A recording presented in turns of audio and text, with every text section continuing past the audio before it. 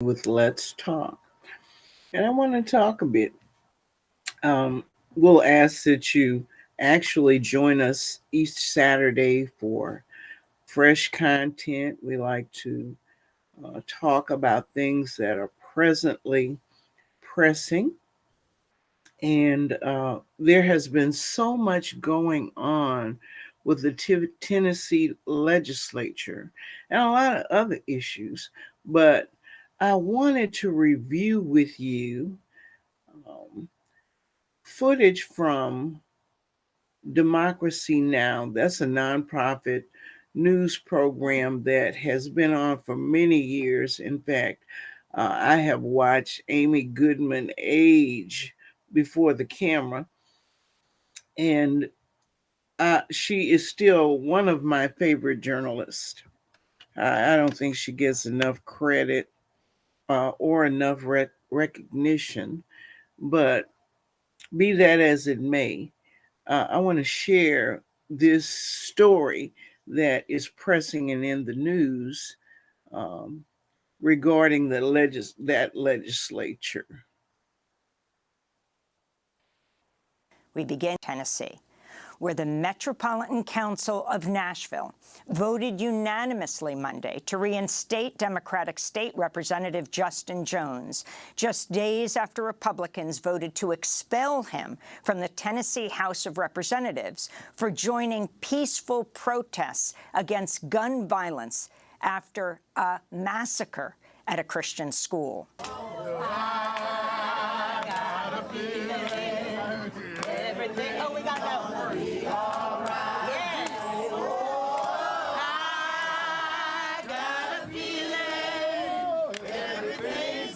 This is Nashville Metro Council member Delisha Porterfield speaking just before Monday's unanimous 36-0 vote to return Jones to the Tennessee House until a special election can be held. First, Nashville Mayor John Cooper. This afternoon's vote is unprecedented. But so was the action taken to expel members of the legislature. Voters in District 52 elected Justin Jones to be their voice at the State House, and that voice was taken away this past week. So let's give them their voice back, and I'd call on this body to vote unanimously right now to do just that. Thank you. Right now. On Thursday, April the 6th, we witnessed a miscarriage of justice and an egregious assault on our democracy, which resulted in over 70,000 Davidson County voters, our voters, being silenced when our representative was expelled. This is not the first attempt of the state attempting to silence the people. With this vote to reinstate Representative Jones, we are restoring the political voice of the 70,000 people of District 52. Our community members are more than capable of selecting their representative, and their will should have never been undermined. Representative Jones was honest about who he was, a bold and unapologetic advocate for the community. The people chose their representative. And with this vote, we will send a strong message to our state government and across the country that we will not tolerate threats to our democracy. If you are for the election of Justin Jones to be the interim successor for the vacant seat of Tennessee House District 52, you will vote aye. If not, you will vote no. Votes are in. Mr. Clerk, close the machines. Take the vote. Ayes 36. No. Justin Jones has been elected as the interim successor for the vacant seat of Tennessee House District 52, pursuant to the state law and the rules governing the Metropolitan Council.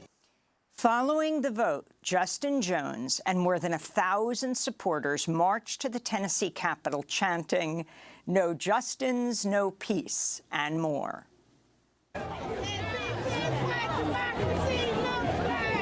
Play on words.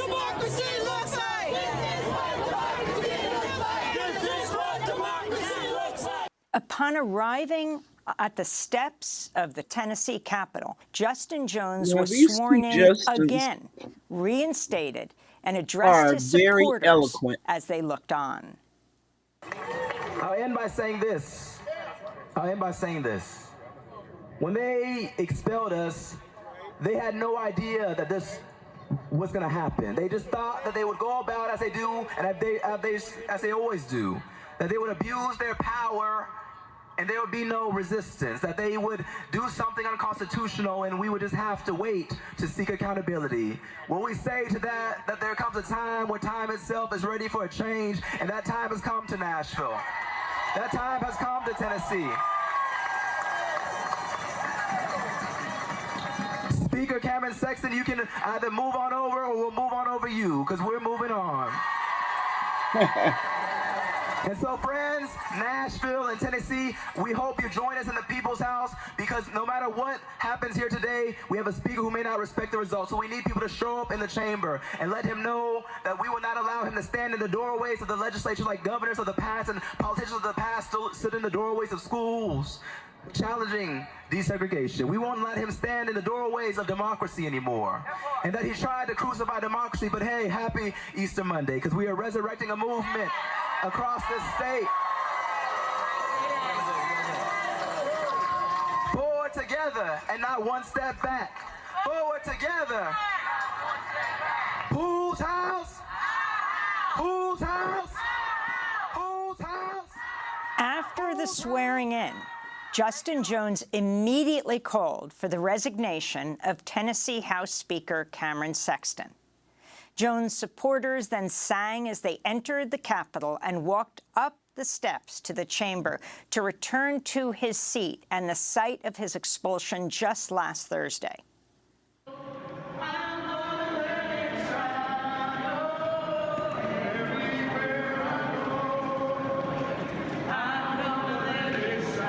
They got him like that. He headed for baptism.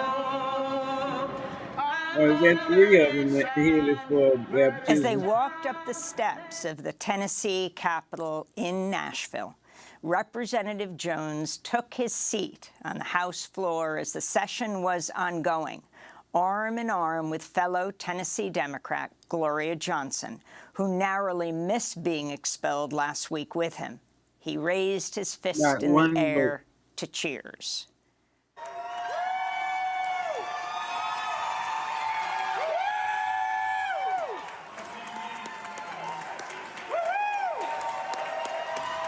Now look at the body language of the people as they pass. Justin Pearson of Memphis, who was also expelled last week as one of the Tennessee Three. Pearson could be reappointed to the Tennessee House today if a majority of the Shelby County Commission's 13 members agree to it. On Sunday, the expelled state representative, Justin Pearson, joined his father, Pastor Jason Pearson, and spoke at an Eastern service in Memphis at the Church of the River First Unitarian Church. The Republican-led supermajority of the Tennessee General Assembly sought to have a political lynching of 3 of its members because we spoke out of turn against the status quo of the government after the tragic deaths of 6 people in the shooting at the Covenant School in Nashville. Evelyn Dickhouse, William Kinney, and Haley Scruggs were 9 years old. Cynthia Peake, Mike Hill, and Catherine Kuntz worked at the school. The shooter, Audrey Hale, was gunned down by police that day as well. Because we walked to the well of the House out of turn, resolutions were unjustly and undemocratically filed against us on these trumped-up charges.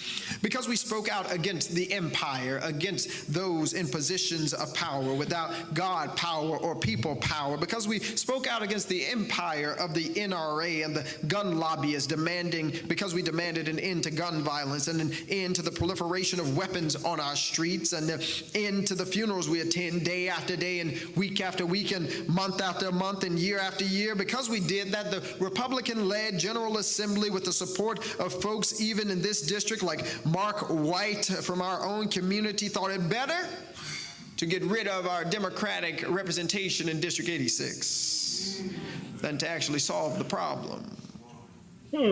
This has been a holy week.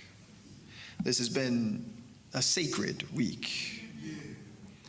The lesson from it is that resurrection is a promised prophecy to a persecuted people. 55 years ago this week, Reverend Dr. Martin Luther King Jr. was killed by gun violence. And I tell you what, his words from what he spoke just days before he was assassinated are still true. The movement lives or dies in Memphis. The movement lives or dies in Memphis. The movement lives or dies in Memphis. The movement lives or dies in Memphis. The movement lives or dies in Memphis. The movement for justice lives or dies in Memphis. The movement for democracy lives or dies in Memphis. The movement to end gun violence lives or dies in Memphis.